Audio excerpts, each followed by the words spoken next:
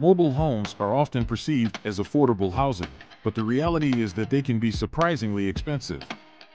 First, the demand for affordable housing has skyrocketed, driving prices up. Second, the quality of materials used in modern mobile homes has improved significantly, which adds to the cost.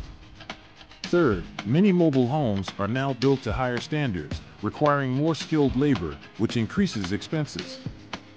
Fourth, land costs can be a huge factor. Finding a suitable lot in a desirable area can be pricey.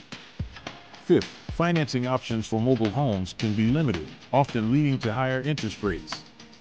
Sixth, utilities and maintenance can add up quickly, especially if the home is not energy efficient.